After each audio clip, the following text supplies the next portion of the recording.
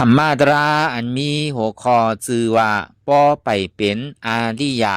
สถานในหมอเปิงห่อไว้เมื่อวันที่10เดือนสเตมเบอร์ปี2523ปีพุทธศาสนา2566ว่าตีวัดอนัตตาวิปัสสนากรรมฐานหนองเขียวเวงตาขี้เหล็กเมืองไตปอดออกคง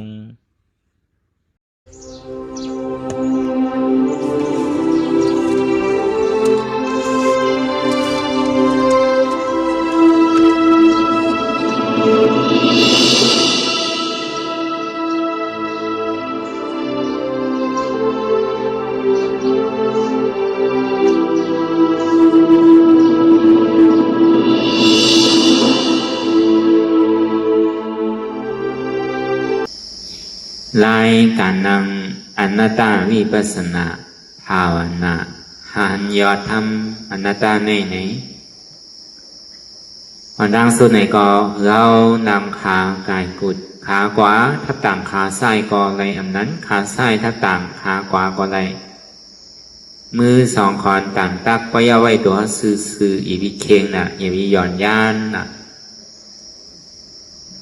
พยานี้เราลับหูเนื้อเปิดดูยานปิญญาลับตาเนื้อเปิดตายานปิญญายักตัวที่มันนอวิญญาณธาตุใจเดียนหูนั่นอันไรเสียนันในที่มันพุทธบอกเกิดเป็นมานั่นคือเอาหมอวางเป็นอนัตตาไงอ่อนตั้งเข้าไปหันเจ็บไปหันทุกข้ามป่องใส่เนื้อหน้าตาตัวก่อตัวที่ล้มถอยใส่เข้าออกอ่อนตั้งถอยใส่เข้ายาวๆถอยเสียออกยาวๆถอยใส่เข้าลื่นๆถอยเสียออกลื่นๆเข้าเกิดออกตายเข้าเป็นออกลูกปองเกิดแบบตายไหนเสบาเขาตัวหลอกหลายเนี่ยเอามีหยาดตั้งหันซื่อใจหยาดตั้งวนซื่อใจหันสะพอที่มันอุเปิงไรในเอาตั้งแต่ที่โอต่อไปปินไหนมีอันใดพองหลาในที่ว่าเป็นเฮามีเฮาเตียนเฮาเปิงพองอำไรในป้นปีป้นเดินป้นวันมาต่อถึงมือเดียวอายุอาสาเขาก่อนนำขึ้นมาดีๆอันว่าหนุ่มมากกูวันใจเท่ามากกันกูวันเกิ้งกันมากกูวันลองกันมากกูวันไหนทีเทมันไหนก็เฮาหลวย่อมภาพที่มันเป็นเงี้ยน่ะเมียว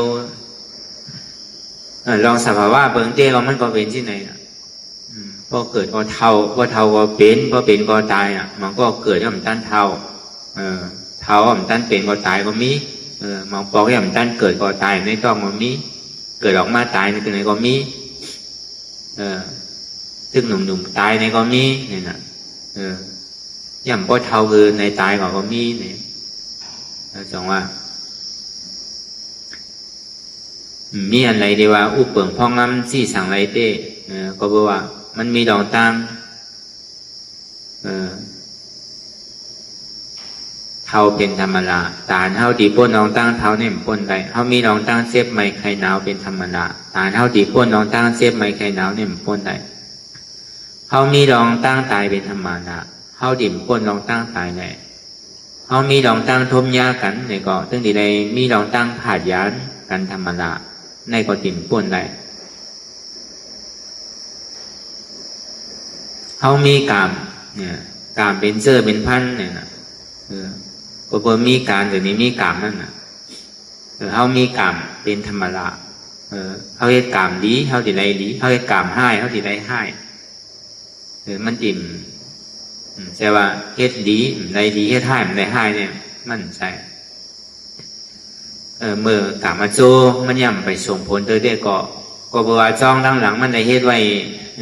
กรรมผู้โสดีแหละเกิดมาในภาวะชาติปานในเนี่ยก็เฮ็ดเมื่อเฮ็ดดีก็คือก็ยังตื้อกามดีอยู่เนี่ยบอกว่ากามมาโจมันไหลเฮ็ดไว้อ่อนตั้งเลยมันทำอะไรมาหาป่วยในกามปัจจุบันที่มันเป็นอยู่เวลาอากุศลกามนี่ยังไปส่งผลนั่นน่ะมันไกลมีเนาะตั้งแต่ผู้ความมาในอันว่ามีศีลมีธรรมมีเหตุการณ์มือกูเจอกูหลองเวลาสัมมามีดีเป็นอยู่ในก็มีน่ะโอในโลกโลกาเนี่ยบางก็เฮ็ดดีอยู่ตั้งแต่เล็กต่อถึงพ่อใหญ่ บ ป้อมกามดีเมื่อเปิ้นี้ปอกกลุ่มกากามให้ที่ที่แยมก็เหมือนไซก็เบอร์สั่งมาก็เบอร์ก็นันดีเฮ็ดเมือกซ้ำไรดีอยู่ก็เบอร์หังก็เบอร์กามอาโจตั้งหลังมันไรเฮ็ดหลีไว้เนี่ยมันขึ้นมาจากป่วยกามดีมันนอนตั้งนั่นน่ะกามมันอันมันดีเฮ็ดอยู่พยายามเดี๋ยวในพระวาจาปันในลองตั้งเฮ็ดทำดีนั่นป้อมทมในจานในก่อนจานตั้งนานเนี่ยมันดีเลยทบอิ่มรอดได้นะจังว่าคือได้ยุ่มย้ำคำสอนพุทธาพระราเป็นเช้าในเฮ็ดหลีดีไรหลีเฮ็ดให้ดีไรให้คือได้ยุ่มกามอากู้โศกามกู้โศกามเลยยุ่มเฮ็ดเมือกดีไรเมือกเฮ็ดหลีดีไรหลีเนี่ยแต่ก็เรามันก็ห้าม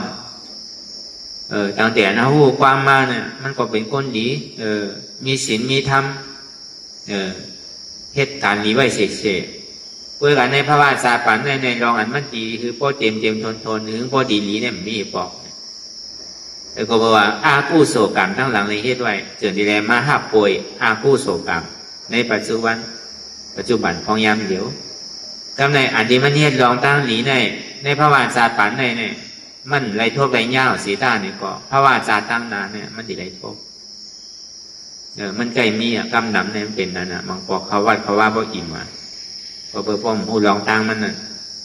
เฮ็ดเขาว่าตั้งไรเปิ้นดูเปิ้นตันตั้งไรก็ขวาบ่จอดบ่เจดูตันเปิ้นเฮาดูเป็นไรก็คือเป็นนี้อีเท่าก็ดูอีเป็นนำก็ดูนำก็การดูตันเฮ็ดลองตั้งหลีก็คือก็ซ้ำไรโทษลองตั้งหลีปอกแล้วก็เบอร์ห้องมุมมองผลอาโจมันนั่นน่ะดีเต้เพราะเอาเฮ็ดหลีเอาก็ยาวกว่าสิเดียวเฮ็ดหลีเอาก็มันดีส่งผลอาโจอันว่านี่ก็เป็นรองมันเพราะเขาเฮ็ดหลีเอาก็มันกว่าเป็นเพเป็นไพ่ต่อเปิ้นมันกับตุ้มเตอเปิ้นลองวนลีลาลีเฮ็ดหลีนั่นมันดีไรมีไว้ในตัวในใจเอาไว้เสลองตั้งอันวนนำลีลานำดีเฮ็ดนำดีนั่นดีมีมันโดโกโดอายมันใจเมียวโดมีลองอ่ำดีเนี่ยมันเหมือนขี้วันนี้อีหล่อนนึงว่ามันเหม็น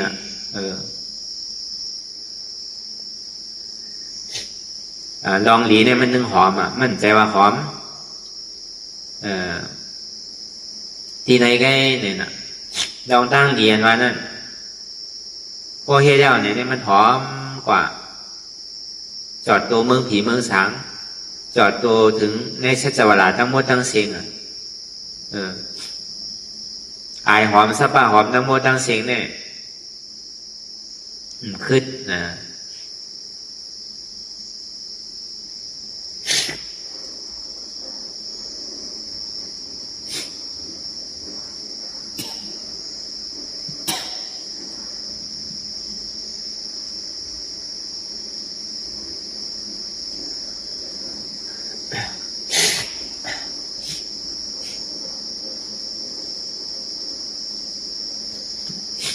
ขึ้นหมอกเทวาวะมังกรบนห้องเทวามังกรข้ามบนห้อง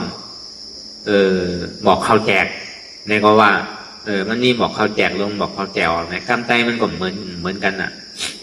เพราะเอาในเมืองไทยว่าถ้าเป็นหมอกมะลินั่นตั้งหอมสะป้าหอมน้ำมันตั้งเสียงเนี่ยเพราะว่าเอาหมอกวานนี่มันขึ้นหมอกข้าวแจกว่ะขึ้นหมอกเทวาวะที่เป็นเพราะว่าเป็นหมอกเทวานั่นมันหอมกว่าตั้งหอมมันนั่นพอในเมืองไทยในมันห้องหมอกมะลิว่ะไอเซลหอมหมอกทั้งหมดทั้งเสียงเนี่ยมันขึ้นหมอกข้าวแจกขึ้นหมอกมะลิขึ้นหมอกเทวามันก็เป็นกำไตมีหลายถ่ายตั้งกันห้องก็จิมเหมือนกันแกนสะบ้าแกนนั่นแกนหอมไม่สะบ้าแกนนั่นมันคือดันแกนไม่นำสาแรงว่ะตั้งหอมมันนั่นก็จะอายสีนายทำเนี่ยหมอกเลยแกนนั่นเนี่ยมันหอมดีไรดีนั่นไงวะเพราะว่ามันคาดกว่าซ้อมลมไงวะพอลมมันกว่าทั้งไหนก็มันหอมดีนั่นไงวะมันหอมโตในชัจวราตั้งโมตั้งเสียงเลยวะ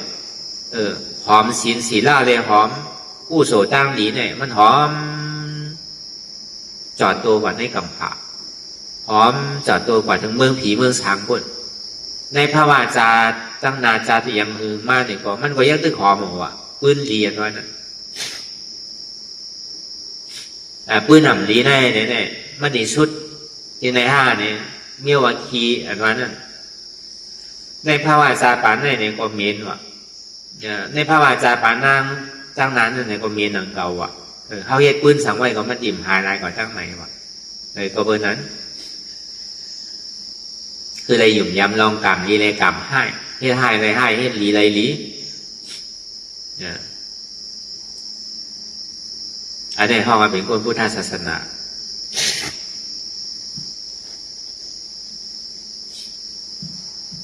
บางปองได้มันใจน่ะเพราะเท่านี้มันก็ย้ำมีน่ะให้ก่อให้มาก็เบอร์อย่างน่ะ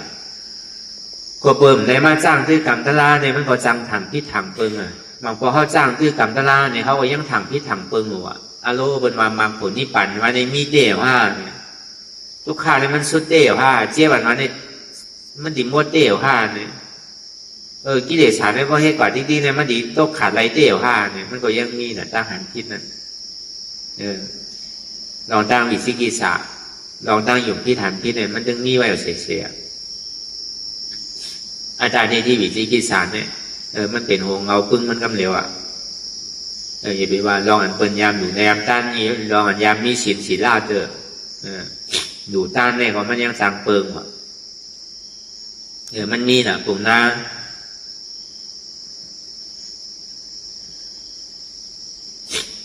มันก็หยุ่มย้ำ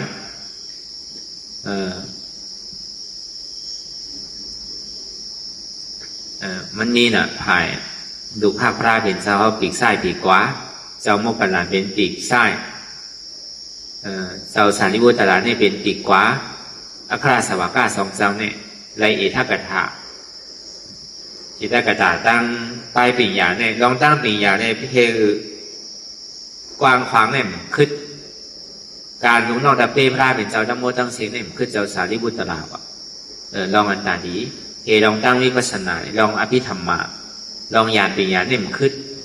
เจ้าสารีบุตรลาอะไรวะพอลองอภิญญาณวินเนออากาศกลางเท้าอะไรก็ถึงเมืองนาไล่เลยก็ถึงเมืองขีไรนั่นคือเจ้าโมกขลานวะมันจะมีในผงนาในเมืองหนึ่งมันก็อยู่ย้ำเจ้าโมกขลานนั่นน่ะเพราะว่าเจ้ามาทั้งในเนี่ยแค่นต่อไว้ว่าเพื่อนเนี่ยเป็นเพื่อนตะกะอย่าไปกว่าทั้งไรเนี่ยคืออะไรมาหับซ้อมคากูวันสั่งอะไรภายมาทั้งวานคาว่าเพื่อนทันเนี่ยมันก็หยุ่มแย้มเจ๊ๆนาว่าเจ้าโมกขลานนั่นกล้วยกาถึงวันหนึ่งมาในพระเป็นเจ้าซ้ำมือก็ในถึงที่หันพระเป็นเจ้าของเมื่อเจ้าโมกขลานก็เวค่ายกว่าต่างตีแต่มาพอเจ้าสารีบุตรลาเมื่อเนี่ยเขาเจ้าโมกขลานก็เวกว่าต่างตีเอาใจปุ่มหน้าแน่ตกแปดว่ะอันลองตั้งหยุ่มย้ำในมันยังหยุ่มย้ำเลยอันว่าลองสังขายาในพระเป็นเจ้าในอันหยุ่มอันมันไหวใจหยุ่มย้ำแน่สถานเนื้อเจ้าโมกขลานเนี่ยเดือเชต่างเจ้าต่างป้าว่ะก็ในมันจะมีธรรมว่าหุ่นข้ามพระเป็นเจ้าค่ะสถานว่านั่นจ่องมันตีมอเปิงหัวห้าเนี่ยว่ะสถานว่านั่นจ่องมอเปิงหัวห้าเนี่ยพระเป็นเจ้าเขาจ่องอันคาเขาเย็ดอยู่เขาย่ำเหลียวเนี่ยนั่นคือเรียกสถานคาเขาติ่มเปิงเนี่ยพระเป็นเจ้าที่มีโอคอตล่าอะไรเนี่ยถูกดีเฮ็ดสื่อเลยนั่นคือเรียกใจเปิงนั่นมีอยู่คันเนี่ยพระเป็นเจ้ามาขับสถานพวกนั้นในหมอเปิงว่ะเมื่อมันหยุ่มย้ำด้วยว่ะมันสถานถึงดีอย่างว่าหนึ่งเจ้ามาพอเปิงมาเนี่ยก็สถานมันหมอโต๊ะนั่นน่ะก็เบอร์เอาลองจ้องในเนี่ยลองสถานว่านั่นต่อมมาขับอะไรเนี่ยวะเพราะนั้นในกู้โสตั้งดีเตียนคาเป้ไรเฮ็ดในรู้จ่องมันดีเป็นกู้โสกู้โสได้มีอยู่เนี่ยวะดีได้อยู่วะเย่าแต่ว่ามันดีได้เกได้น้ำห้าเมื่อเสตนาเฮานั่นเมื่อเฮาจุนดูเฮาจุนดูเอาในเฮาคันไรห้าเฮาจุนดูเอาก็หันถึงว่าดูในศาสนาพระเป็นเจ้าหนึ่งเรียนมันดีเฮิงเพิ่งใสกว่ายิ่งจู้ถึงสังขารทั้งหมดทั้งเสกยิ่งจู้ถึงพุทธศาสนามันถูกดีปันแห้งอยู่ในรายจ้างคือกรรมเนี่ยเพราะเป็นสิ่งนั้นแต่ก็มันหมอเปิงว่ะไว้กาเพราะว่าหยุ่มย้ำปุ๊กโกนว่าเนี่ยก็หยุ่มย้ำเจ้าป้าในแก่หรือเสียเจ้าต่างป้าก็มันอยู่ช่างว่า วันนาทาปายมาเนี่ยพวกมันสั่งเหมือนใจตากามาเนี่ยยุ่มยามตานหือข้างตานหือสั่งหมอจำหนังเราอ่ะพวกมันไปเป็นอันนี้อย่างเนี่ยยังหมอเปิงว่าสถานเนี่ยพวกเป็นอริยาได้หมอเปิงเพราะเบอร์นั้นพระเป็นเจ้าทับขำว่ากู้โสตั้งหนีในเฮ็ดก็หัวมันจึงดีไรอ่ะเมื่อเท่าใครหลัวเท่าย่ำไปเลยดูเธอก็ว่าเป็นกู้โสว่ะกู้โสตั้งหนีน่ะเขาย่ำไปดูเธอโดยถึงดีว่าเขาโดยหยาดน้ำหยาดซ้ำอ่ะเขาดูว่าเขาจุนแล้วเนี่ยก็มันพอดีเอาอ่ะการหลูเนี่ยมันซ้ำมีหลายเจอหลายเปิงอ่ะนั่นเนี่ยมันพอดีเต็มทนนั่นนึงที่ได้เรื่องดูที่หน้าหลี8 ล็อกนะครับก็ในสองมาเนี่ยเจอพันนั้นเท่าหนูนั่นเนี่ยก็มันที่ได้จึงปลอดข่าวไซว่ะที่ได้เป็นเจอพันดีว่ะหวังว่าอย่าเพียงมันพิษศีลพิษธรรมนั่นน่ะเงินอกใจอัตนาเตียนเท่าไรที่ถามมันนั่นอย่าไปก็เอาตัวใจเปิ้นตายอย่าไปหาเลยกายตุจะเลิกหาเลยวจีตุจะเลิกหาเลยมันนอตุจะเลิกอันนี้เนี่ยเงินเนี่ยมันจึงปลอดข่าวไซว่ะเจอพันเนี่ยมันจึงปลอดข่าวไซว่ะ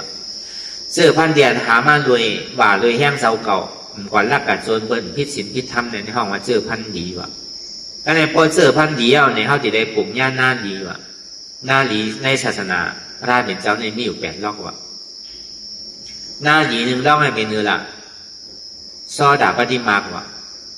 หน้าดี1 ล็อกหน้าดี2 ล็อกนั้นซอดาปฏิโพว่ะหน้าดีทน3นั่นเป็นสัตตการมีมากว่ะหน้าดีทน4นั่นเป็นสัตตการมีโพว่ะหน้าดีทน5นั่นเป็นอนาการมีมากว่ะหน้าดีทน6นั่นเป็นอนาการมีโพว่ะหน้าดีทน7นั่นเป็นอราธามากว่ะหน้าดีทน8นั่นเป็นอราธาโพว่ะอันนี้หน้าดี8 ล็อกว่ะเหมือนเข้ามาสร้างตื้อกรรมกันอยู่ห้องย่ามเดี๋ยวเนี่ยมันเป็นหน้าดีก็ทนหนึ่งอ่ะเข้าไปเป็นอริยาเจอเนี่ยก็เข้าหยุ่มย้ำว่าขันธาหาเปิงในเป็นอนัตตาอธิษฐานดูเจ็บเจ็บคานใจคานใจหยุ่มย้ำดีๆว่าสัมมาที่หันทุกข้าเนี่ยสัมมาสังกัปปะวนมาทุกข้าในเป็นอนัตตาเขาหยุ่มย้ำว่าทุกข้าในเป็นอนัตตาเนี่ยถึงนี้เย่ามันมาเนี่ยก็มันมาคอนอยู่เป็นทุกข้าหนึ่งอันเดียวนั่นน่ะกล้วยกาดีทุกข้ามันพูดบอกเกิดขึ้นเป็นอยู่ในตัวในใจในขันธาหาเปิงเนี่ยเขาเยื่นไรอ่ะเยื่นไรอ่ะเหมือนเขายำวาชีหันอยู่ผู้อยู่จงเขาย้ำห้ามเนี่ยหันเจ็บผู้เจ็บจงเขาห้ามเจ็บอะไรอยู่ห้าหันทุกข้าผู้ทุกข้าเนี่ยจงเขาห้ามทุกข้าอะไรพอห้ามอะไรในปองมาเป็นหันเจ็บผู้เจ็บห้ามเจ็บยอมห้ามเจ็บวางเจ็บเป็นอนัตตาหันทุกข้าผู้ทุกข้าห้ามทุกข้าวางทุกข้าเป็นอนัตตาวางเตียนเท่าเคยมันเป็นนั่นเคยมันเป็นไหนวางเตียนใจเท่าถังอันเท่ากับยึดยับกับมันไว้ว่าเป็นเท่านี้เท่านั้นวางนี่นั่นแต่ว่าว่างที่เท่าหลงข้ามใจนะมันเจ็บมันปวดมันขึ้นมาเนี่ยเอาขาว่างใจนั่นทิศว่างดีใจเพราะมันใจโกรธถอมทิศพุทธมาสอนคือว่างรู้ในช่องกับว่างขาว่างมือเนี่ยนั่นเต็มสามถูกทั้งเก่าอันนั้นในเปิงอันนี้เปิดห้องมาเป็นซอดาปฏิมากกว่าเท่าพึ่งจากที่เป็นอริยานั่นน่ะยุ่มย้ำขันธาห้าเปิงเป็นอนัตตานั่นอันนี้เป็นซอดาปฏิมากว่าเป็นหน้าดี1 ล็อกว่ะเปิดในมาหวานเสื้อหวานพันในก็มันดีลีว่ะเมื่อเขาเหตุการณ์นั่นน่ะเนี่ยเหตุการณ์ตาดีลุ่มลาโดนเขานั่นน่ะเปิดมาหวานเสื้อหวานพันเรารู้ก็ในพอถึงดีเป็นซอดาปานกว่าเย้านี่ก็เปิดห้องว่าเป็นหน้าดี2 ล็อกเอาน่ะซอดาปานเนี่ยก็เปิดมันเป็นซอดาปฏิมาซอดาปฏิโภ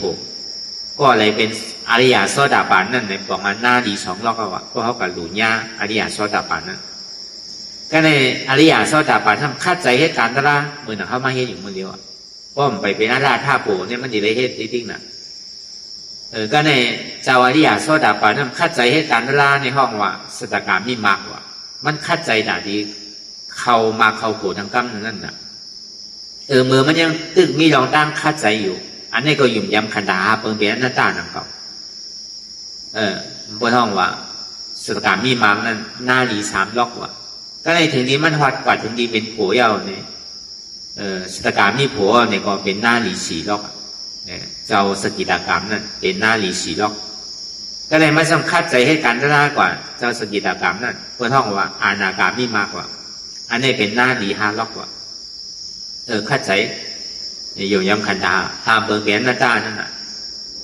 วนถึงรองอันจ้ออันโจวนถึงอันรองตั้งเกิดเท่าเป็นตายเป็นทุกข้าขันใจอันเป็นรู้สภาวะที่มันมีรองตั้งเป็นเสื่อมนั้นไงมันก็มาเข้าขึ้นล็อกอันนี้ซาทุกขาหน้าตากล้วยการรองตั้งอันนี้ซาในทุกข้าเนี่ยมันเหตุการณ์เต็มหมดเสียเย้าก็วนแทบตัดเปลี่ยนหน้าตาสภาวะหน้าตากว่านี้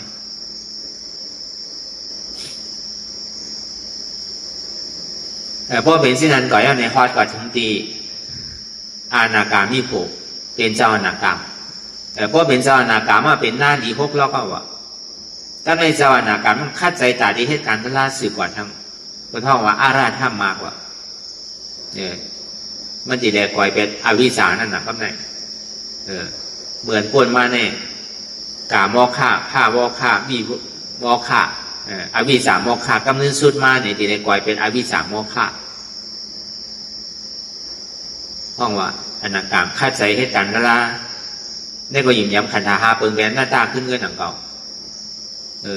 อาราธามักในห้องว่าเป็นหน้าหลีเจ็ดล็อกว่าพอถึงตีอาราธาโผเย้าเนี่ยก็เป็นหน้าหลี8 ล็อกว่าเพราะเป็นเจ้ายาหัตถาในของว่าหน้าหลี8 ล็อกว่าหน้าหลีในศาสนาพระเป็นเจ้าก็ในพอมีหน้าหลีเอาหนึ่งเจอพันก็ดีในดีพอเจอพันดีเอาเพราะหวานเข้ากว่าก็การเจอพันดิวเสจ้าในก็ผล9 ปีห้ำมีผลกลางปีซ้ำนี้ผลปลายปีก็นี่ก็มันออกแคมนำเก่าว่ะอย่าไปทางว่ามันจะออกแคมว่ะผล9 ปีเป็นเนื้อละเขามีเศษหนาห้างกล้วยว่ะแผ่นในวักในข้านเท่าว่ะบางปองเนี่ยเป็นวักคานโน่ดูได้แหละดูนาแหละในบนห้องวักคานว่ะอันนั้นมันมีเศษหนาห้างกล้วยนั่นน่ะก็ต้องวักคานว่ะอ่านหนาเนี่ยจะให้ดูรู้เนี่ยก็มีว่ะก็การบ่มีเศษหนาห้างกล้วยเนี่ยอันใดถูกดีรู้อันใดเขามีอย่างปียาอันใดถูกดีอันใดมันขาดกว่าเขาคู่รองคู่ตั้งมันเนี่ยเขามีเศษหนาเกิดขึ้นห้างกล้วยในป้องว่ะผล9 ปีก็ดีว่ะก็ได้ผลกลางปีพ่อหลูต่างเสื้อต่างเนี้ยแต่พ่อหลูเย้าก็เย้าน่ะก็กับพ่อหลูอันเฮ็ดดันสร้างใช่ไหมมันเย้าง่ายๆก็เหมือนเท่าเฮ็ดธรรมโยในสังเฮ็ดพระราชสังใช่ไหมกำหนดชื่อที่ดำเมวะกำหนดชื่อชีวะกำหนดชื่ออันนั้นเนี่ยมันคือในโจกที่เขาน่ะอันนี้ก็หลูอันนั้นก็หลูเสียงกันนั่นเสียงกันนั่นน่ะอันนี้เป็นห้องว่าผลกลางปีวะเหมือนยังตึกโจกของในหัวมันติเสียงเงินนำน่ะโจกเอาโจกทางโจกเอาโจกทางใช่ไหมบางปองมันใจมีน่ะมือดูแต่เบี้ยเชียงคือก็ยาวเท่าที่ดูไว้เนี่ยแล้วก็ได้ถึงมือออกเงินมาเดียวเนี่ยมันเคยเปิงก็หนาใช้โจกกับโจกมาถงพวกยอกนั่นหนาพ่อท้องเพราะที่นั้นมันก็ช่างเดือใจหนังเก่าเพราะเป็นที่นั้นในผลกลางปีมันก็เคยแค่มาว่ะก็ยังมันเป็นเถื่อเด็บตัดสินใจกว่าว่ามันเคยเป็นเถื่อก็ยาวว่ะผลกลางปีก็ดีว่ะเนี่ยก็ได้ผลปลายปีว่ะถึงดีหลูยาวสุดเซนกว่ายาวเนี่ยก็อย่าปีวนมาดูต่างคนก็เร็วอ่ะเขาหยุ่มยำเจ้าบ้านในเขาหยุ่มเขาดูมันเจ้าไว้ว่าตัวนามันเจ้าเลยดูไว้ก็ตัวต่างก็ต่างป้าต่างเจ้าเจ้กลมตะลือเนี่ยเพราะเป็นเจ้ได้ผลปลายปีเพราะใครแค้มว่ะแต่กูนั่นเนี่ยมันใจดีอยู่ถาวรล่ามันขึ้นไปเพราะมันดีตายเมื่อไรพูดน่ะมันเป็นสังมาวิยาวอ่ะเขาตัดสินใจดูในศาสนาพุทธข้ามพระเป็นเจ้าอย่างนังในศาสนาพุทธพระเป็นเจ้าในที่เฮิงกว่าดูโดยอนัตตานั่นนะพระท่องว่าดูโดยอนัตตานั่นนะใครเป็นธรรมะใครเป็นสื่อก็ลองฮิลีก็เขาเฮ็ดก็เขาไล่ก็หนังเก่าลองอันนำดีนั่นเขาเฮ็ดก็เขาไล่ก็หนังเก่าอันเขาเฮ็ดแล้วพอเขายังจู้ถึงพระราชสังขารยังจู้ถึงสังขารทั้งหมดทั้งเสียงยังจู้ถึงศาสนาพุทธข้ามพระเป็นเจ้าเขาเนี่ยอันนี้ผลปลายปีก็ดีอ่ะแต่พอเป็นนั้นในซื้อในหนาเขาสู้ต้องมุงมองใครเป็นเนี่ยอัมบาล้อกี่สัมปติล้อกุตระสัมปติเนี่ยมันดีเต็มทนว่ะเนี่ยมันหมดคนไรว่ะเพื่อการพระราเป็นเจ้าเต็มปันแห้งลองสู้ต้องมุงมองใครเป็นก้นดีพีเมียนน่ะคืออะไรทบยาตลาหลีตลาเมียตลาแจกคืออะไรทบยาผู้ปลูก你不过没不过这样的，不理解你先当เขา不来不能当都看呢。โดยเสียนี่ป่านเนี่ยใครไรทางเอาวะนั่นจะได้สู้ต้องเนี่ยจืดใจอยู่วะนั่นเป็นสู้ต้องอันเมียนเลยเพื่อนเอาวะสู้ต้องว่าเกิดมาพระวาจาปานใดก็คือเลยเป็นโกนคือเลยเป็นผีคือเลยเป็นคุณเป็นเจ้าเป็นจอมใช่ไหมเนี่ยมันยังสู้ต้องให้เกิดโดนอ่ะพวกมันยังสู้ต้องให้เกิดโดนเนี่ยมันยังตึกมือกว่าไปดีเด้อไปแคมเด้อพวกมันสู้ต้องเกิดมาพระวาจาปานใดเนี่ยเป็นทุกข์ขาดใจเกิดเท่าเจ็บตายเนี่ยใครเกิดใครเท่าใครเป็นใครตายอ่ะใครป้นเอาตั้งทุกข้าการเกิดเท่าเป็นตายเนี่ยเลยมาโผล่ตะล่าเลยคัดใจเลยก็เลยกะเขาสู้ต้องมุ่งมองหมู่เสต้าเนี่ยก็เพราะเขาคัดใจทำไรนักเก่าอ่ะดีไรคัดใจนักเก่าเพราะมันคัดใจเต็มไรย้อนเอามันปั่นกันไรรู้ถ้าเป็นเจ้าเขาปั่นได้นักเก่าถ้าเป็นเจ้าเนี่ยพอปั่นไรเนี่ยปั่นเขาโมเดลเขาไม่อยู่เอาวะเขาขวาจะมันเจ้าโมเดลพอเบอร์มันปั่นกันไรนั่นเสร็จดีไรเฮ็ดเอาสองดีไรวะการตลาดเนี่ยแล้วก็เบอร์นั้นเนี่ยได้เป็นสวะโกนเขาเนี่ยมันเห็นกันเนี่ยก็เบอร์นั้นเนี่ยมันอยู่เหมือนกันก็ใจมันเหมือนกันวะน้ำใจมันเหมือนกันวะอันนี้เขาว่าลองศรัทธาได้อ่ำศรัทธาเมื่อปานพระเป็นเจ้ามันมีมากนะเมื่อหนังเจ้าสารีบุตรลานั่นน่ะ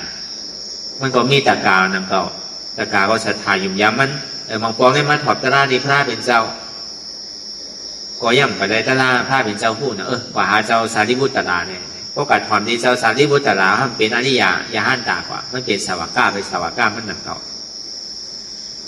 แต่ก็เบอร์นั้นมันมีปุ่มหน้าก้อนหนึ่งมันก็พีป้างอะไรมันทางแห้งไว้สั่งการ3 จุ่มว่ะมันจะยกดูปันเจ้าสารีบุตรลา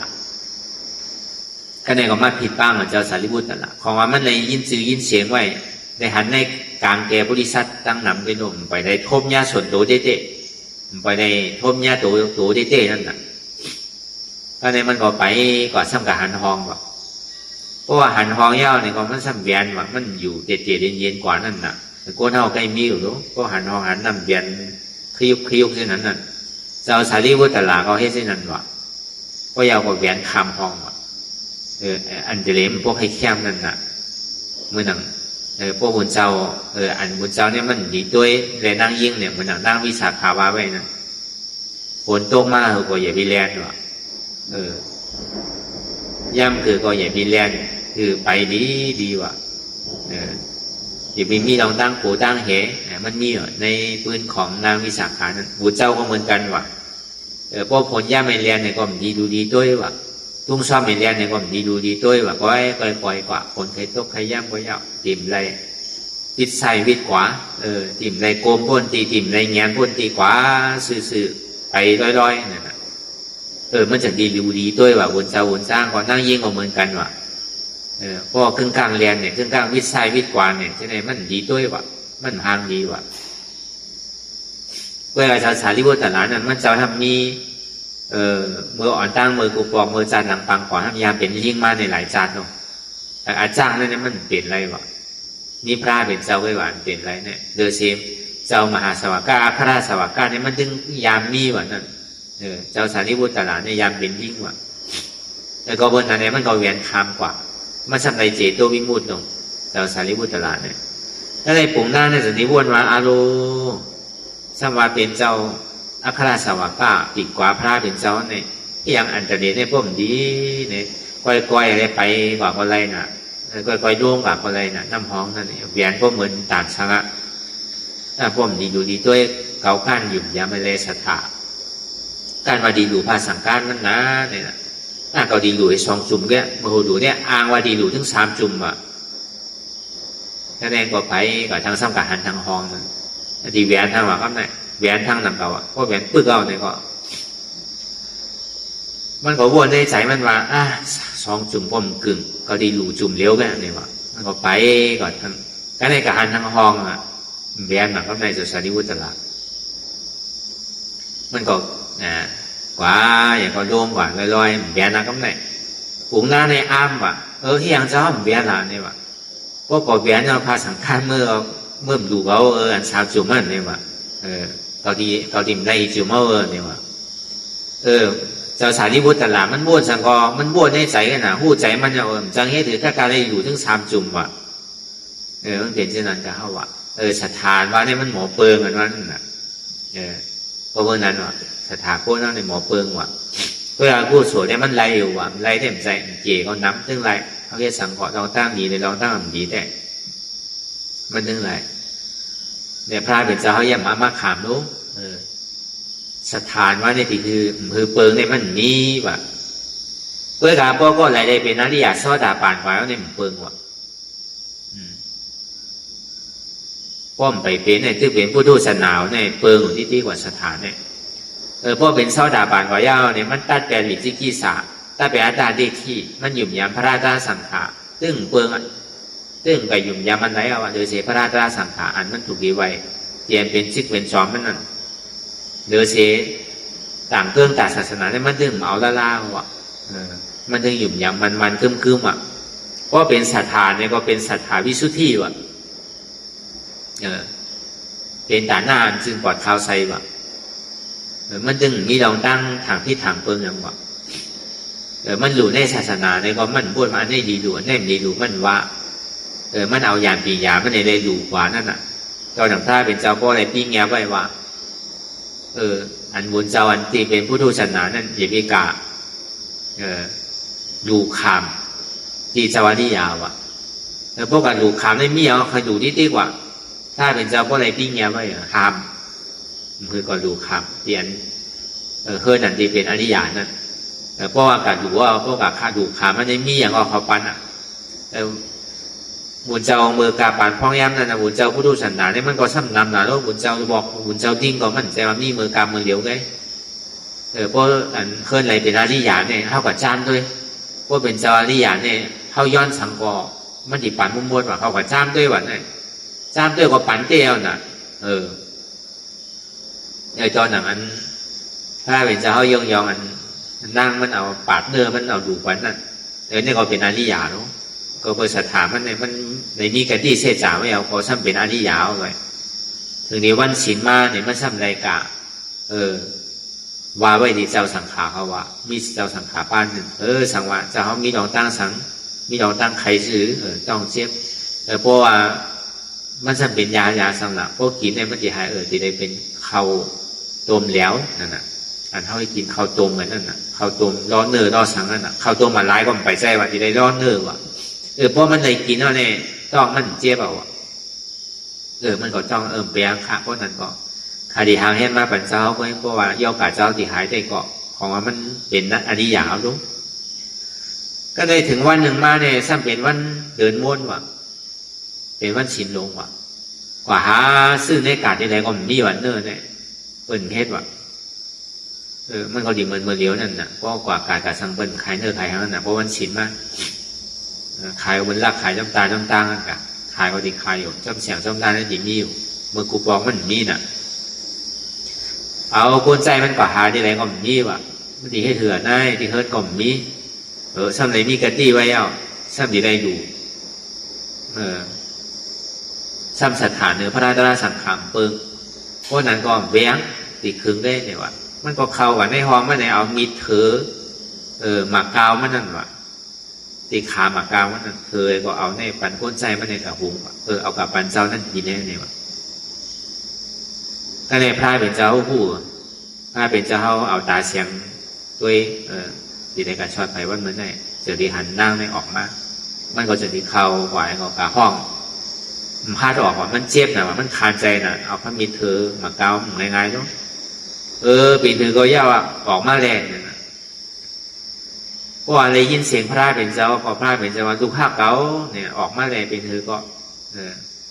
ออกมาก่อนมันก็ออกในยุคมันใหม่ก็เพราะว่าเลยยินเสียงพระเป็นเจ้าพอเนื้ออันที่มันเป็นอยู่นั่นน่ะมันป่าเราว่ามันซ้ำขึ้นเกี่ยมขึ้นว่ะนี่ย่อมมันในพระเป็นเจ้าจนที่ทำลองจ้องมันนั่นน่ะก็เบอร์สังถ้าเมียเสียใจมันก็วานนี่มดขึ้นจะว่าเป็นอริยาวันนั้นศรัทธามันตึงก็เลยว่าสังเลยสังมันตึงมีลองตั้งพี่ตั้งเปิงลองศรัทธาอยู่ย้ำนั่นในแจกเรื่องอะไรก็เดียวก็ในคนเจนี้ถ้าเป็นเจ้าเจนี้ปิ้งแย่ไว้นั่นไหนก็เป็นสังขายาห้าในหามกินเนื้อโกนนั่นมันดุในนั้นมาในปิ้งแย่เนื้อ10 เมลในหามกิน หนึ่งอย่าไปหูได้ยินว่ะหูได้ยินคือล่ะเพื่อตื้อแฮมไก่แฮมหมูนั่นน่ะที่แฮมมันเจ้าป้าในก่อนที่รายการซ้อมมันเจ้าคนในก่อนตื้อแฮมไก่แฮมหมูวันนั้นน่ะเพราะวันน้องหน้าปากไปมีตรงเพราะเขาอะไรไก่ยินเนี่ยเท่ากับกินเนี่ยมันอะไรวะพิษว่ะสองมาอย่าไปเคยชอบไรลาดว่ะเหมือนเขาเป็นตีเป็นน้องเป็นบอเป็นเมียพวกใครกินเนื้อไก่ใครกินเนื้อปลาใครกินเนื้อหมูในการลาดก็มันไรว่ะพิษว่ะก็ในสามมาเนี่ยอย่าไปคือตาไรหันว่ะเพื่อนเนี้ยตึกเธอข้อไก่อยู่เนี่ยตึกแฮมหมูแฮมโบแฮมซังแฮมปลาเป็นอยู่เนี่ยดีแฮมตาดีกราบชอบเท่านั้นนะเขาว่ะเพราะฉะนั้นไก่กินก็พิษหนังเราว่ะเหลือเช่นนั้นเนี่ยเป็นซังว่ะเพราะเขาในหูในยินตาไรหันชอบไรดับนั่นในพระราเป็นเจ้าสันติปิ้งแย่ไปว่าอย่าไปกินเนื้อมากอย่าไปกินเนื้อจ้างอย่าไปกินเนื้อหมาอย่าไปกินเนื้อเสือลายอย่าไปกินเนื้อเสือจุ่มอย่าไปกินเนื้อเสือหล้ำอย่าไปกินเนื้อเสือเสือมันมีหลายเสือลูกอย่าไปกินเนื้อจ้างเนื้อไม้อย่าไปกินเนื้องูใช่ไหมนั่นเนี่ยก็ภาษาสัมภารน่ะก็กินเนื้อเสือเนื้อหมีเนื้อจ้างแน่เนี่ยก็กินเนื้อเสือเนื้อหมีเนี่ยก็กว่าจ้ำเถินก็กว่าอาตราเนี่ยมันมีอายว่ะอันเป็นเสือเป็นหมีฉะนั้นที่มาเฮ็ดท่ายก็กว่านักตลาเนี่ยเขาเลยอายว่ะอายเขาเลยกินเนื้อเสือที่ไหนก็เขาไล่ว่ะเขาที่มาเฮ็ดท่ายอะไรว่ะก็กว่ากินเนื้อจ้างเนื้อมาซะเป็นเครื่องขี่ของคุณว่ะคุณทำดีว่าว่ะลูกทลายเป็นเจ้าในกินเนื้อมากินเนื้อจ้างมันเป็นเครื่องขี่คุณนั่นน่ะมันหลีกินนั่นน่ะอันนี้ก็กินว่ะเดี๋ยวก็พวกกับกินเนื้อมาในซ้ำปฏิถามเรียกว่ะรู้เป็นลูกพระราเป็นเจ้าว่ะสมากินเนื้อมาอันแต้มอันยอหลีกินนั่นน่ะเนี่ยก็ได้พวกกับกินเนื้องูเนี่ยครับพวกกว่าจ้อมเถินจ้อมป่าก็อยู่จ้อมหิมน้ำหิมสังในงูทำจางเฮ็ดท่ายว่ะนากาเขาชื่อในก็จางเฮ็ดท่ายว่ะก็ได้กินเนื้องูก็เบอร์นานาพระเป็นเจ้าห้ามกินอ่ะมันปุนตาเขากับจ้างทลาเนี่ยมันติ่มในถูกจ้างมากจ้างเอาเหมือนกันอ่ะเพราะเขากับกินกับช่างนี้ก็มันก็มีอายเขาต่างๆนะมันเป็นเครื่องขีดเครื่องคูเนะเพราะกว่าในเถิดในป่าก็มันร้อนแล้วนั่นน่ะเพราะกับกินก็เมื่อนั้นพระเป็นเจ้าเขาปิ้งแย้มไว้นั่นน่ะเนื้อมาเนื้อเสือเนื้อจ้างเนื้องูเนื้อโกนจะไหนมันออกเป็นในมากเดี๋ยวเช่นนั้นในเอามันมีวาไปว่ะพวกกับกินเตอร์ก่อนเอาตามมีตามเกิด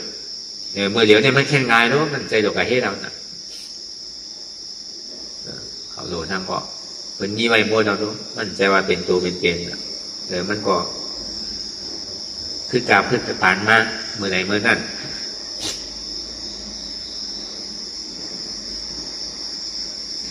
นี่ฮะว่าลองศรัทธาอันหมอลู่นั่นก็เป็นอริยาเย้าเนี่ยศรัทธาหมอลู่อ่ะอันนี้มันแจกนึงในเตียนทวามากเหมือนเจ้านั่นน่ะ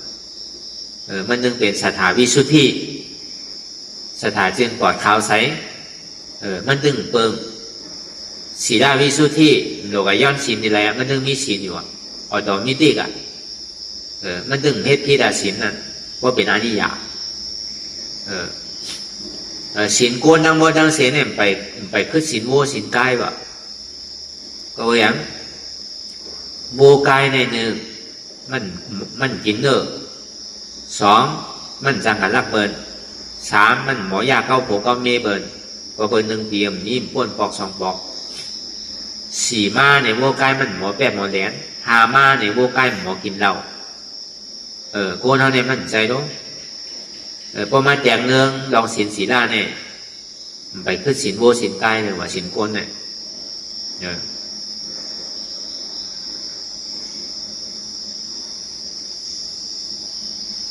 ก็ในศีลโวกายเนี่ยไปขึ้นศีลผีเลยว่ะก็ว่าทางหลังเมื่อผีเนี่ยมันมีเนื้อมีปลาเปิ่นกินเนื้อกินปลาเปิ่นมีร้านอาหารเปิ่นมีห้องยาหยาเปิ่นกินกู้โฉเปิ่นนะพวกให้กินไหนก็บางทีก็กับวิทย์เอาไว้มากินในหมอกเม่นหมักหน้าอิ่มอ่ะบางพอให้กินก็มันพูดออกมาตีมือว่ะมันโดกับวิทย์เอาคนนี้มันเย้าแต่ปรุงไหนปรุงนั่นมันเหมือนกันอ่ะ มันมีกินเนื้อกินปลามาเมืองผีcái gà vô cai này mình chỉ được xế ta này mà có quả trong ta này mìnhยังจังไก่เหยียบหมดปุบวงแมงตายว่ะยังหมอพี่เดียวหนังเก่าว่าโอ้ใกล้นั่นก็สั่งถูกกระโจบนเช่นไรก็ผีเนี่ยมันนี่น่ะมือผีหกโค้งเนี่ยกล้วยกามมีอยู่เสต้าเนี่ยก็คุณผีหนึ่งเจ้าถ้ามีนั่งผีหาปากมีนั่งผีเป็นเหงที่ไหนก็มีลูกเสียเหงที่ไหนก็มีที่เกี่ยวชื่อมันในหาชีพหาปากมีก็ในพออยู่เขาทำกับหันนั่งผีหางดีน่ะใจทำกับเจอก่อนน่ะนั่งผีในหางดีเต้ใจตีใจชาบ่เนี่ยก็พี่เราวันน่ะอย่าไปว่าอยู่ในอุบเตอเมืองผีในบนเอาใจรักต่อกันเงี้ยน่ะใจเขาวนสังก็หู้มดว่ะมันใจเหมือนเมืองโกนเขาเนี่ยเมืองผีเนี่ยใจเขาวนเจอข้าวนดีก็คนพวกหู้มดเอาว่ะยังจังพิษสินกาเมวว่ะเพราะว่าหลังมันเป็นนางผีไหนก็มันมีเจ้าน่ะในเมืองผีเนี่ยมันมีเจ้าอย่างนี้เนาะนางผีหาปากคุณผีหนึ่งเจ้ามีนางผีหาปากใช่ไหมเป็นมีเจ้าหมดน่ะแล้วพอเขากับวนจับทำไก่ย่ามมีคุณผีก็นั่นก็นานเนี่ยก็พี่ดำน่ะสินกาเมกล้วยกาสินของเมืองผีเนี่ยไปคือสินช้างเดียวอ่ะสินช้างในเป็นเนื้อละมันมีคนยิงคนใจมีผมมีเมมีผู้ยิงมีผู้ใจนั่นน่ะเมืองช้างนั่นแต่มันดีพี่เนี่ยมีกล้วยกามหมาหน้าห้ามมีว่ะอัตตาหมาหน้ามีว่ะแล้วก็วันนั้นสินช้างเนี่ยไปคือสินาริยาว่ะจังว่าสินาริยาเนี่ยมันจึงปลอดข่าวไซน์มันถึงพี่ละดีเกศช่วยมาในสินหาในถึงมันคือไม่เสีย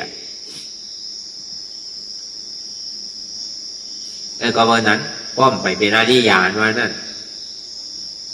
สถามันในหมอจืนว่ะสถามันในหมอลู่หมอแล้วว่ะจังว่ายุ่มยามพาตราสังขารนะสถานะป้อมไปเป็นอาริยานเนี่ยพี่ยุ่มว่ะมันถึงหมอเปิงว่ะโกนั้นหักลูกนาหักปอหักเมนาเนี่ยนั่นอย่าพี่แนทยุ่มเตอว่าเขาไปมีลูกเตอนั่นว่าเมื่อไรเขามีลูกมาเนี่ยก็ยุ่มว่ะตั้งหักปอเมหักลูกกระเหือนว่านั่นอย่างที่หู้อายสามันเมื่อหนาชาติชานั่นน่ะมันคือปองการแต่เดี๋ยวเอาปอมันตายนั่นความกล้ามเตี๋ยวตาแล้วก็เฮ็ดก็ก้นดีก็ยาเป็นก้นดีแปดนั่นน่ะคือปองการเขาว่าเดี๋ยวพระราตายเขาดีเป็นพระราแต้นพระราเมื่อก่อปอเมื่อตายเลยเมื่อก่อโดเป็นคุณแต้นมันนี่ที่ไหนก็มันก็ถอนกล้ามเตี๋ยวตาไหนก็คือปองการตาดีคือปอมันตายนั่นให้ดูกูเชื่อกูลองก็ในถึงวันหนึ่งมาเนี่ยครับมีคนข่าวมาสองก้อนว่ะก้อนหนึ่งสมาบอกข่าวดีก้อนมาบอกข่าวให้ว่ะคนมาบอกข่าวดีข่าวให้ว่ะก็เอาข่าวให้เนี่ยไปบอกบอกข่าวดีมันตั้ง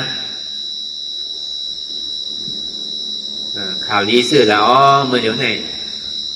ลูกเจ้าเขาเนี่ยเกิดเย้าเนี่ยว่ะเกิดออกมาว่าเป็นคนใจเนี่ยว่ะชาวนางจุ้มหลวงเขาเกิดออกมาเป็นคนใจเขาเนี่ยว่ะมันโจมเราอ่ะตั้งโจมมันเนี่ยยามโจมนี่บอกว่าอาโดคุกใส่ไรปองมากเลยว่ะเนี่ยอาโดเบอร์ปองเขามีเก่าว่าดีเหมือนที่ไหนอ่ะตั้งดีใจเอาตั้งโจมก่อนเนี่ยยามเป็นเนี่ยมันจะนี่ถามหาปอมันแบบปอเขารู้เป็นชื่อได้เนี่ยว่ะมันก็อ้างที่คือกับปล่อยนั่นนะก็ได้ก็เลยทางก้อนมาว่ามีลองสังปอเขาเนี่ยปอจะเขาในเสียงกว่ายาวนอนเพลกว่ายาวเนี่ยถึงข่าวดีถึงข่าวให้มากมันเร็วมันว่ะมันก็ใจมันดีอะไรก็หาเมมันว่ะกว่าหาเมมันจะความเมก็ถึงดีหลามันว่ะอารู้ปองมือในหักมือก็หือเนี่ยว่ะตั้งแต่เมื่อมาเตะพระที่สันติที่เขาเนี่ยในหอในวันในเมืองเนี่ยหลาบนี่คือว่าเชียงว่ะเป็นแล้วเป็นหอกเขาเช่นนั้นเนี่ยมีเงาคือเชียงว่ะก็ในจะดีห้องหมอปิดต่างมาว่าเป็นสังเอเป็นอย่างไรน่ะเมื่อเร็วตีลูกจะเข้ามาเตะพระที่สันติเนี่ยไหวน้ำมาเนี่ยมันดีขึ้นจะเข้าตีได้ตายย้อนมันหนึ่งมันดีขึ้นมาแหมจะเข้านี่ว่ะว่าที่ไหนวะคุณนกว่าที่คุณนกครับบินพิสารานั่น มันหักลุงมันตันอันว่าเนี่ยปล่อยมันไปพอเบอร์สังน่ะพอเบอร์สังเนี่ยมันซ้ำดีใครแหมเราล่ะมันใครแจ้งเจ้านั่นน่ะมันหยาบเพราะมันใครไรเดียวก็ดีปันมันก็หนักต่อปันมึงเนี่ยไอ้ตอนนั้นคุณเอาคำปิ่มพี่สาระในพอโยกปันเอาน่ะมันก็ย่ำไปพร้อมเด้อเพราะมันตายมันไปเย้าเลยมันน่ะทีเดียวมันก็ปันอาณาอำนาจไม่ได้ว่าเวลามันเย้านั่นน่ะเอาตอนมันพอตายนั่นพูดถึงฐานะเสต้าเนี่ยก็อันเป็นเมมันเนี่ยกินยาว่ะข้ามพอยาเฮ็ดดูกูเจอก็ลองหนังดูมันดีดูแบบนั้นเฮ็ดสื่อก็มันดูว่ะเพราะว่าคนเอาข้ามกับผู้ในช่ำหามนั่นเดียวว่ะอย่าไปเฮ็ดว่ะมันใครเป็นสื่อก็ยังมันเป็นดูเข้ารู้เนี่ยว่ะหามเมมันว่ะเมมันในตึ้งเคยอยู่อ่ะในต้องมันเพราะว่ามันติมาเป้ปอมันเนี่ยติมาแหมปอมันขึ้นติมาพื้นปอมันขึ้นเนี่ยก็เมมันในตึ้งพ่อมอ่ะกินยาก็กินอ่ะถูกกินทุกเฮ็ดอยู่เจอกูลองนั่นน่ะเพื่อเราว่ามันตายนั่นกันคุณเอาข้ามช่องกับผู้ที่นั่นน่ะถึงนี้เมื่อเกิดออกมาในวันหนึ่งมาในเมื่อซ้ำเป็นเจ็บมือว่ะเจ็บน้องว่ะมือเป็นน้องนั่นน่ะ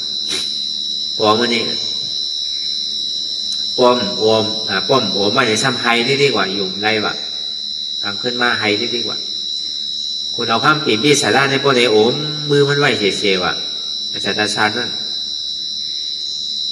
ก็ได้นำน้องไอ้ยังตึงมีในโชว์บอกโกลูกมันตื่นได้ขำผมแปดว่ะอื่นเข้ากับในต้องว่ะที่ไหนก็เฮ็ดพอเนี่ยว่าหักดูพวกกระหือเนี่ยว่ะเมื่อเจอนี้กึดพี่หวังมันนั่นอาจารย์ชาญนั่นจังหวะป้อมไปยามมีลูกเตอเนี่ยก็อันว่าหักก็หักเมย์เนี่ยอย่าดียุ่มเตอว่ะพวกเมื่อไรมีลูกมาในสิ่งที่หัวหักก็หักเมย์มาพอเมย์เขาหักเขาหมอกกระหืออันว่านั่นเนี่ยมันก็เหมือนแจงเนื้อจากอาชานั่นน่ะเป็นก้นเหมือนก้นเลิกจากนั่นเนี่ยก็กำลังสุดมากกว่าซ้ำลีน่ะเก่าถึงดีไผ่ทางพระเป็นเจ้ามากเนี่ยก็มันป้วนอ่ะตอนเทวตานั่นน่ะแผ่นดินเพราะอื่นนั่นน่ะถ้าในสัตว์อาชาก็กลัวก็ไหนอารมณ์ดีให้เถื่อนเนี่ยก็เมาโปก็ตายจะดีกว่าหาพระเป็นเจ้าสังว่ามันเอาโปมันตายเนี่ยมันดีเลยเป็นหน้าที่ยาสัตว์อาชานั่น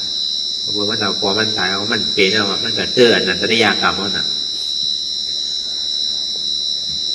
ก็ไว้เสียนั่นมาเนี่ยก็มันก็ซ้ำขึ้นจอยหรือในศาสนายุ่มยำศรัทธาพระเป็นเจ้ายกยองมาอันยุ่มยำศรัทธาเที่ยงเหลือเปินเนี่ยอันตาอุปโสปัสสิกาเนี่ยยกยองจัตตาชาเนี่ย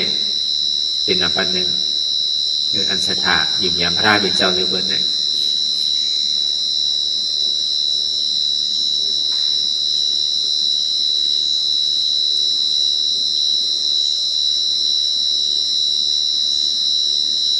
แต่ก็เบอร์สังอ่ะคุณโอคัมเปลี่ยนพิสาระเนี่ยก็เป็นทั้งเป็นอาลียาอ่ะใครตกทองตกสังก็มันก็ตัวตะล่าก็อยู่ในทองกว่านี้ที่แกเฮ็ดสื่อก็ทำตายเฮ็ดสื่อก็ทำตายเนี่ยมันก็ช่างก็พึงกองการของกูเจอกูลองหนึ่งคือเลยปอมันดิ่มตายนั่นเนี่ยก็ต่อถึงปอเอาน้ำพึงใส่ดีโฮเอาตาซ่อมตัวต่อถึงปอเฮ็ดกว่าเฮ็ดมากมันก็หามเข้ากว่าถึงดีหามเข้ากว่าก็พึงนั่นว่าเนี่ยก็ช่างตายแบบนั้นเดี๋ยวที่นั่นก้าเนี่ยปาดคาทั้งเอาเกลือทุกใส่ทั้งทรมานขาดใจลองปอนั่นนี่ฮาวานลองศรัทธาได้ลองมันคือมากเนี่ยมันเปลี่ยนที่นั่นมากแล้วฮาวาก็วันนั้นไหนอันมันเที่ยงเลยโกนเท่านี้มันเหมือนกันเนี่ยที่ฮาวามาตั้งแต่หัวปืนนั่นเนี่ยก็เปลือมืออันพรให้มันเนี่ยไปส่งเตอเนี่ยมันก็ทำวาทีตัวเจ้าเก่าเฮ็ดให้มันแม่นซื้อใจเอานี่เฮ็ดพิเทศเปิงกว่าที่ติ๊กนั่นว้วนอันนี้ลาดอันนี้เฮ็ดอันนี้อยู่ที่ติ๊กถามว่าทีมได้ห้าพรโจดองตั้งเบิกนั่นเนี่ยมันก็เฮ็ดอยู่ที่ติ๊กนั่นถึงวันเท่าบอกหันกันอยู่ลูกถึงวันถึงเมืองก็เปลือว่าเฮ็ดให้ไรให้มีเฮ็ดหลีไรดีมีเนี่ยมันเป็นที่นั่นเนาะมันก็เฮ็ดดีเฮ็ดหลีเฮ็ดเลียวต่อโจสุดปานก็ย่ำไปหันดีเด้อก็กะเฮ็ดสังเสก็เย้าหยาโคเน่าเนี่ย มันหายกว่าทั้งไรหนังเก่าเฮ็ดดีก็เลยดีเฮ็ดให้ก็เลยให้โอ้ยกะหนังเดียวมันบ่ดีสั่งถูกหนังมันบ่ดีพูดลองตั้งไอแปดตั้งพิษนั่นลองรีมดีนั่นการเดินถ้าไม่ให้การล่างของย่ำเดี๋ยวนี้มันสั่งถูกมันอยู่เหนือลองดีแอมดีเซ็ง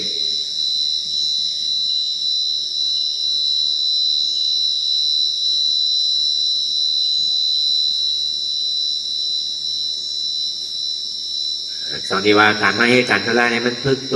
ดยใสพึกจุนใสมีวันมันจุนในหยาบการนั้นให้ดีเลยอันนำดีนั่นก็เพื่อว่าให้อยู่โมดกินเปียกให้มีชื่อมีเสียงให้มีอ่านน้ำนานที่นู้นเวลามาให้การทลายเนี่ยมันมีอย่างว่าสองที่ว่ามันสั่งถูกอันที่เขาทำมีหันทำใส่หูเนี่ยหันทุกข้าเนี่ยผู้ว่าทุกข้าเป็นอนัตตาจังว่าหันเจ็บหูเจ็บภาพเจ็บวางเจ็บเป็นอนัตตาหันทุกข้าหูทุกข้าภาพทุกข้าวางทุกข้าเป็นอนัตตาในห้องเป็นหน้าดีหนึ่งยอกเนี่ยเพื่อนเขาว่าเป็นโซดาปฏิมาพอฮัดในก็โกเจ็บโกทุกข้าโกตายพอฮัดมาที่นี่เนี่ยก็ไม่ได้ฮอดจอดถึงดีพังทั้งบุญ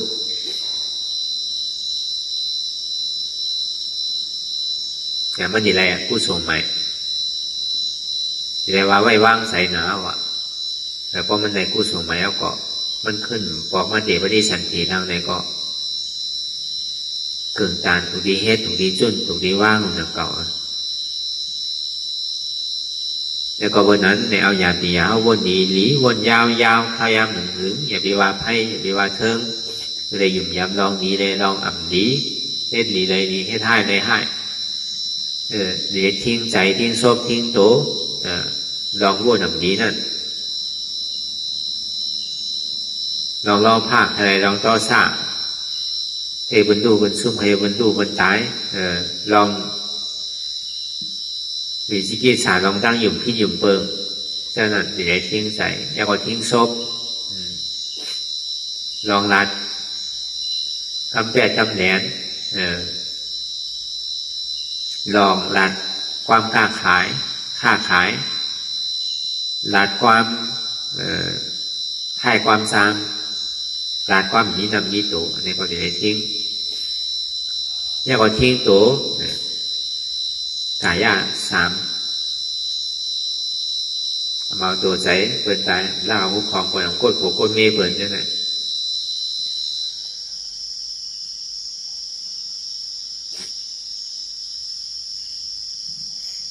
อันนั้นมันยังเปลี่ยนเปิดเพื่อหนังเก่าอันร้อนมันเจ๊ๆเนี่ยชิตีที่มันมีอยู่มือเลี้ยวเนี่ยที่มันเปลี่ยนอยู่มือเลี้ยวเนี่ยที่มันแจดอยู่มือเดียวเนี่ยเขายังจุนอะไรในต่างเสื้อต่างรองในมันหายกว่าเสียงเขาจังว่าเอายานปีญาน้ำนาเนี่ยลองศีลในสมาธิเนี่ยมันเป็นครูตามแน่น่ะมันจะเป็นคุณน้ำก็ยานปีญาน้ำนาเอาเนี่ยก็ศีลในสมาธิเนี่ยมันตามมาจอมมันคือจอมกันน่ะแต่พอลองตั้งหันหมันแม่แล้วไอ้โบนหมันแม่แล้วเนี่ยก็มันเป็นยอดมันเป็นชิกเป็นช้อมมันนั่นน่ะ